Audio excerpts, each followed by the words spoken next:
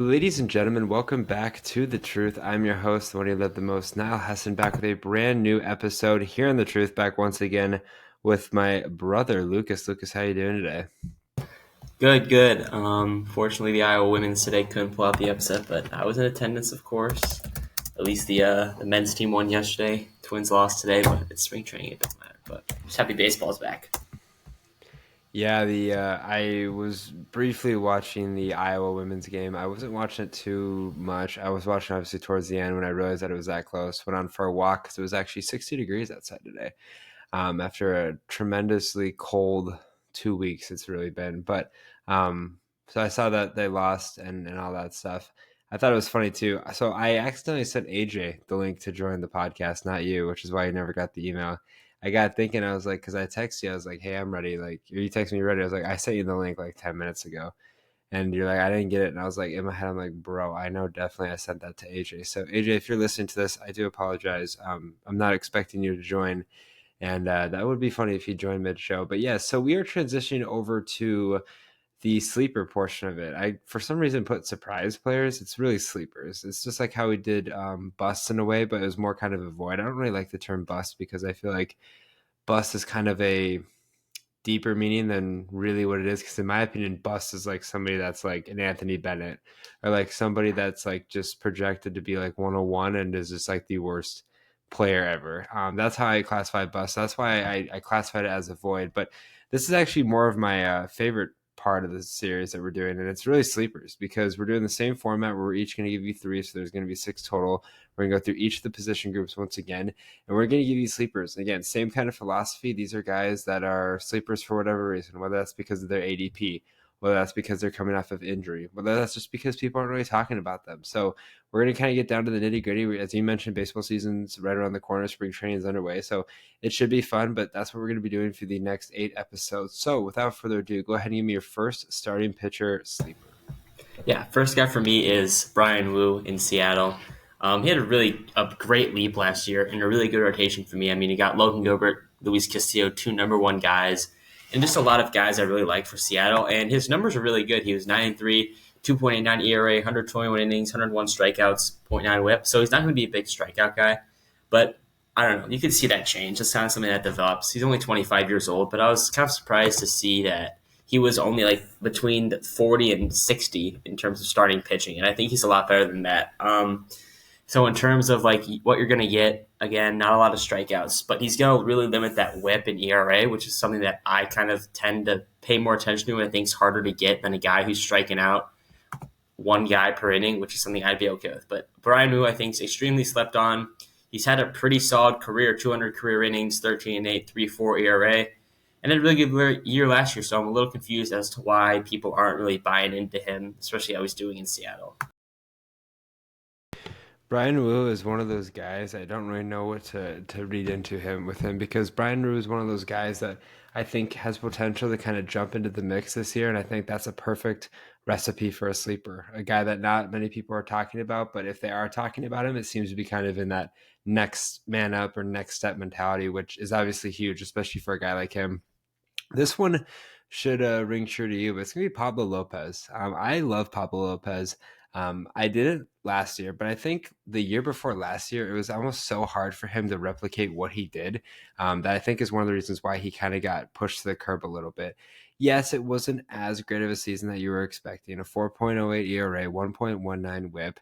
Still had 198 Ks of 41 walks. That's a K to walk ratio of 4.8. That is really good, especially for a starter. That's what I'm looking for in that ballpark. So he's going to throw strikes. He's going to be able to get guys out. He's going to limit his walks. And all in all, I think for him, the biggest thing was just all in it just wasn't, it was one of those things like they kind of caught out to him after the year before. We had a 3.66, 1.15. Like he had a really good year the year before. And it wasn't necessarily that it was a horrible year. It obviously started off a bit rough, but one of the things going into this year, it's kind of the flip of what it was going into last year. It's like he was so good that I wasn't expecting him to replicate what he did. And I think he was as bad as he's going to be, that I don't think he's going to get much worse. And on top of that, as we mentioned earlier with some Twins pitchers, he's a guy that Rocco trusts. He's a guy that will go out there and throw 6, 7 innings every outing. So he's going to eat up innings. He's going to get the strikeouts. He's going to limit the walks. And all in all, he should be a good pitcher for the Twins. I think he's going to have a bounce back season, and especially for him being ranked where he is. He's currently the 17th ranked position or starting pitcher, I should say. I definitely think you're going to get a good bang for your buck at that value, and I would definitely select him higher than that. But if he falls to me, I'm definitely going to be picking him this year. What about your second sleeper? Second guy for me is Kris Bubic. He's in Kansas City, and I really couldn't find anything in terms of ADP because he was a reliever last year, and they're going to kind of put him back into the starting rotation. He was a starter the year before and has been pretty much his entire career. I mean, he did not do pretty well in 2022. He was 3-13 with a near 6 ERA and 27 starts, but he was really good out of the pen last year. 27 games, 2.67 ERA.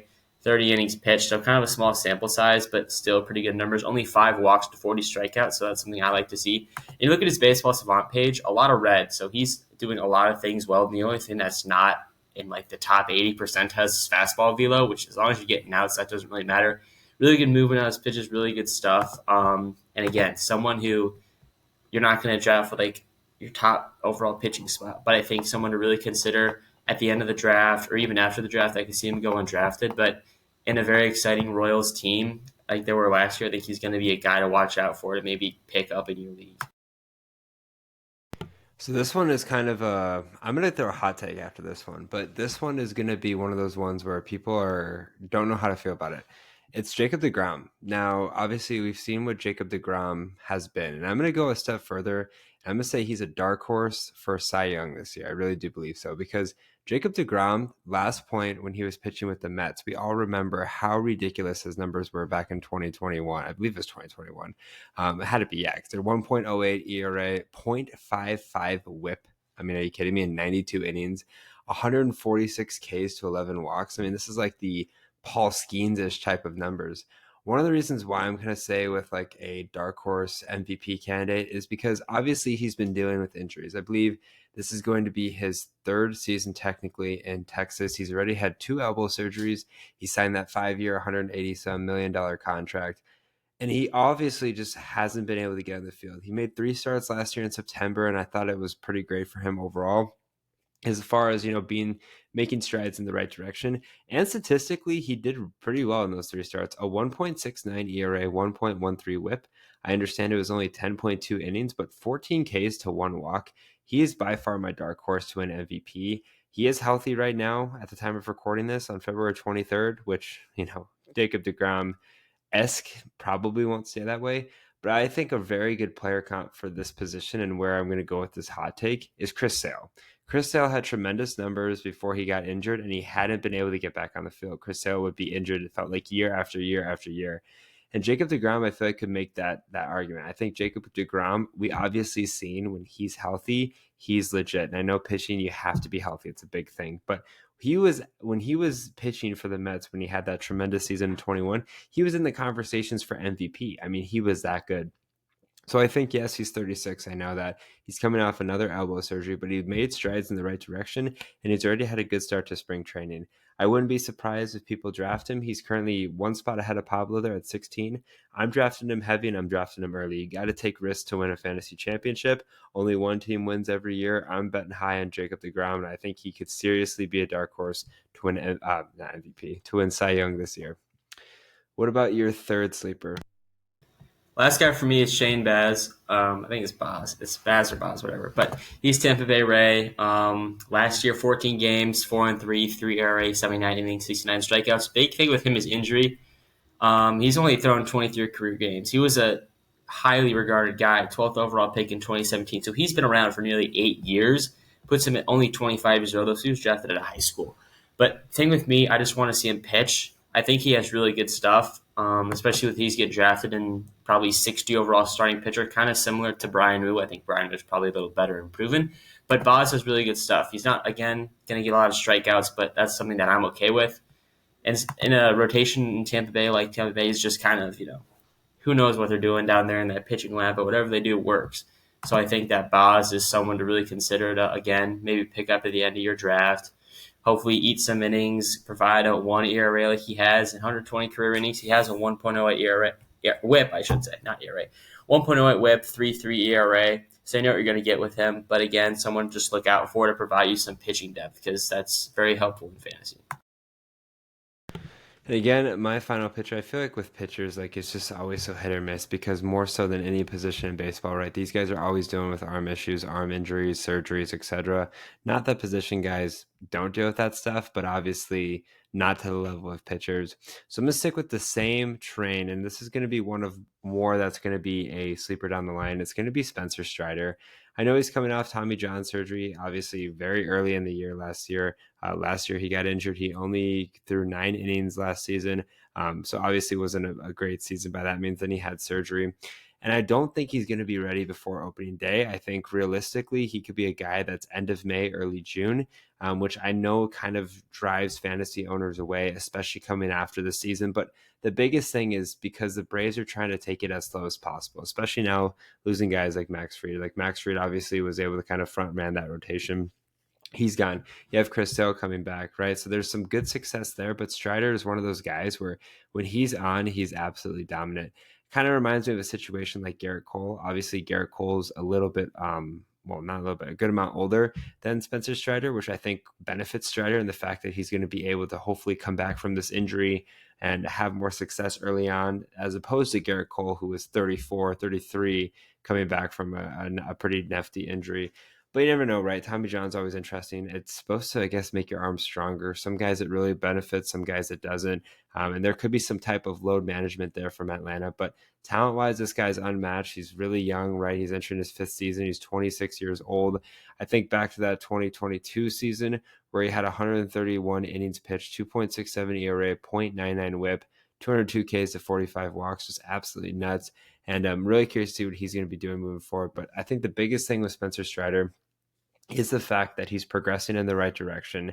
He's still obviously young, but there is going to be some skepticism. I think if you're a fantasy manager at the appropriate time, you take a guy like Strider because, yes, more than likely he's not going to be ready for opening day, whether that's because he physically can't or the Atlanta Braves are kind of taking it slow. I definitely think for a bang for your buck, where he's currently slated right now at 39 on this list, I mean, there's some guys ahead of him that I wouldn't even consider at a fully healthy pace, like Sonny Gray, for example. I think this is definitely a guy you can take a risk in. Eat your bullets where you come from. Starting pitching always takes time. There's a lot of starting pitchers out there. I think it could be a good opportunity to kind of progress your team and get you that fantasy type of relevancy, and then have a guy like Strider come back hopefully healthy and be successful as well. Thank you guys for listening to another episode here on The Truth. If you guys did enjoy it, make sure you follow The Truth on Twitter at The Truth as one to stay up to date with the latest information regarding The Truth, including podcast dates, podcast uploads, and other important information you don't want to miss. Make sure you guys also follow The Truth on Instagram and TikTok at the.tt.truth. Are looking to find a drink that offers peak hydration, raises your energy levels, speeds up your recovery, and keeps your mind sharp through focus and memory? Look no further than Acid Rainwater. I'm excited to partner with Bloodline Sports, AZ, and Acid Rainwater, which focuses on peak hydration and productivity, while also maintaining an ecosystem-friendly product. Use code HESSON15, that's HESSON15 for 15% off every purchase. As always, I'm your host, the one you love the most, Niall Hesson, joined once again by my brother Lucas. Take care and good night.